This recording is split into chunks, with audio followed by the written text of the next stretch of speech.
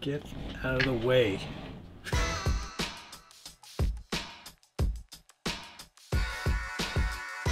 Welcome back to the Scale Builders Guild. Thanks again for watching. It's episode 102?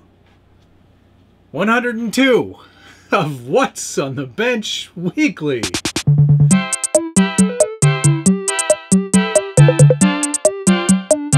And if you're not familiar with this show, it's where I take you through projects that I'm working on, things that are on the bench, things that I'm rebuilding, things that need to be rebuilt, things that don't need to be rebuilt, but I'm rebuilding anyway. Things that just need to be built. It's all of those things. And if you like that sort of thing, you can hit the like button and subscribe if you haven't already, and ring that notification bell so you get updates anytime there's a new video from the Scale Builders Guild. All right, let's get right into what I'm working on this week. Firstly, it's so hard to have this on the bench because it's so big, but the ProMoto is getting a revamp. You can see a lot of new bits have been added to it.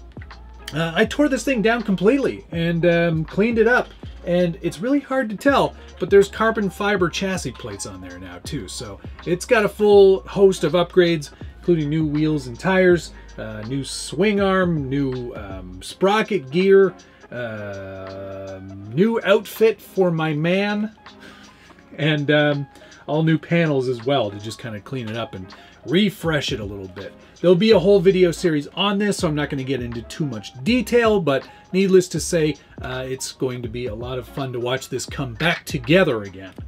If I can give you one piece of advice, always make sure to label all the parts, because if you don't, it's going to be a lot of fun trying to figure out where it goes where. I got there though, not to worry.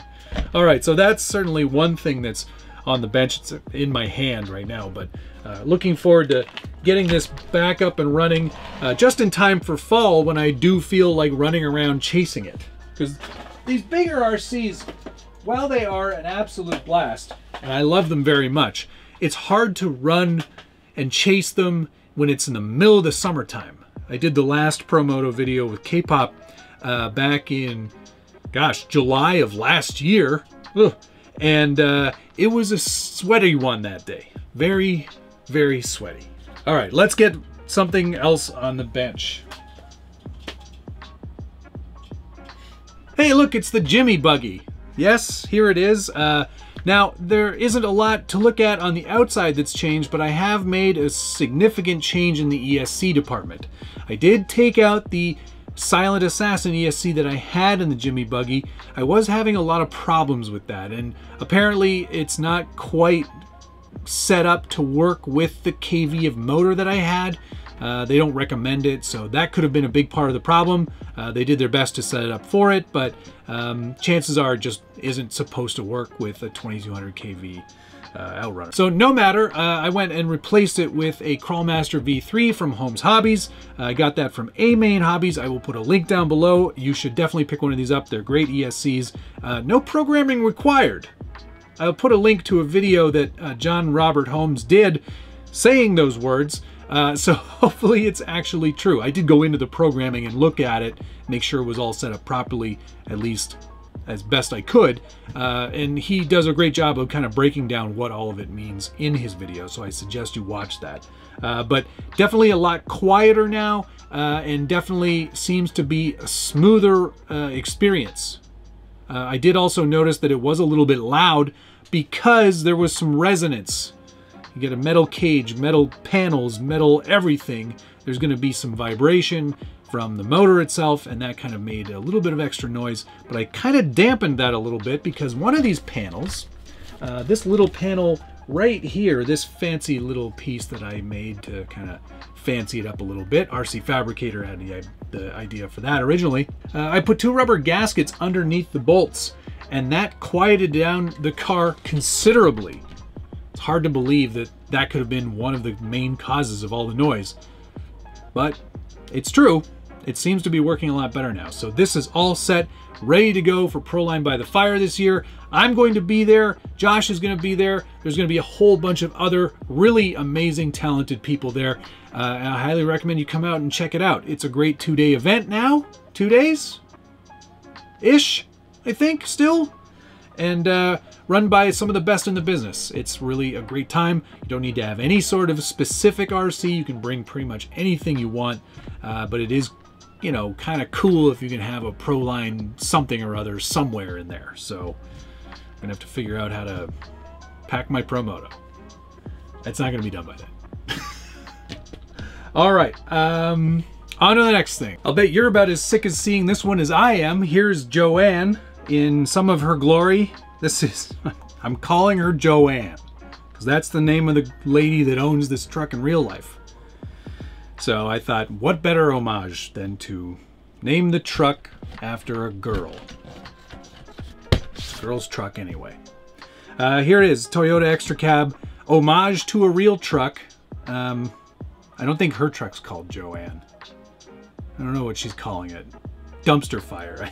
That was one of the comments on Instagram. Anyway, what have I done since last week? Well, I don't remember.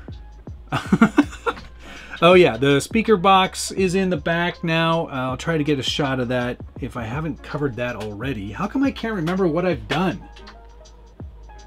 I think I must have done that in a member video. And what better segue than me forgetting what I've done than suggesting you join the members group. Did I already do that? Oh my god, my memory's so bad today. Of course, we've got YouTube memberships here, and if you are interested in gaining some insight into the fabulous world that is the Scale Builders Guild, what better place than to dive right in there and get some insider information from the Insider's Report, where I share all kinds of tips and tricks, upcoming projects. We're gonna do a giveaway here pretty soon, and it's just generally a good way to get a little bit more inside information on what's going on here. In fact, I talk a lot about this truck that you're seeing right now, and it's not a bad way to spend a few bucks, if I'm honest. I teach you all kinds of extra stuff, give you a little bit more insight into how a truck goes together. For example, on this one, I already shared that I was going to be doing this this whole thing on the front of the truck here. You see that? The old style trucks all had that fade on there. It's like a tint so you can look through the windshield better. Yeah, I did that with some clear paint, obviously. Oh, brother. But yeah, this truck is very close to being done now. There are a few minor things that I'm still working on, getting all the proper beadlock rings. Colton is making those for me right now. He's probably watching this and going, oh shoot, I gotta send those to that guy. So those should be done pretty soon. The majority of the wiring is already done. All the electronics are working. So I've got a proper steering drag link on there now. And yeah, what else? Not much cosmetically. Oh, I've started, here's me again. I'm gonna be driving this car. I'm gonna be driving this truck. This version of me is a tiny bit smaller than the other normal sized 9th scale guy. This is a 9th scale truck. This Toyota body from RC 4-wheel drive is a 9th scale truck, but it doesn't, because of the way the interior sits, doesn't fit a full-size 9th scale man. So I had to scale me down a little bit in order to fit, but he fits in there pretty good. He looks a little tiny bit small, but let's just say it's a more youthful version of me. Jam him in there. Get in there. There we go. All right, well, imagine that he fits properly. But yeah, he doesn't look so bad in there. That'll work. That's good enough. Close enough for jazz, as I like to say. We also got the light bar on there. That is a Proline curved light bar, which you can't see. That's it right up there. It's a perfect match to the real truck, so I'm pretty happy about that. Yeah, there isn't much more to report. Oh, on the real truck, Joanne's got this Slag Factory bumper, which is a real company. I looked it up. Slag Factory. If you're British, it means something entirely different. But there's a little, on the front there, you can see it sort of hiding in there. There it is. I printed up a little brace truss that would have been part of the actual bumper. So yeah, now it says Slag Factory just like it does on the real truck. I'll get that rusted up here in a little bit with some... I've already painted it with the sophisticated finishes rust paint. It just needs a bit of an activator, and we'll get that going here shortly, just like on the bumper. Now, one of the other things, the real truck has Dana's on it, not Toyota axles anymore, but I'm sticking with the Yotas because they're on there and I'm not taking them off. But should I weather them? Put a comment down below. Let me know what you're thinking on that. I really would like your feedback, and I try to answer as many of those comments as I can. Of course, like I said earlier, if you're enjoying this video, go back to the beginning and watch it again. All right, let's turn these lights on so you can see what they look like. She didn't have headlights on her truck. Battery, please.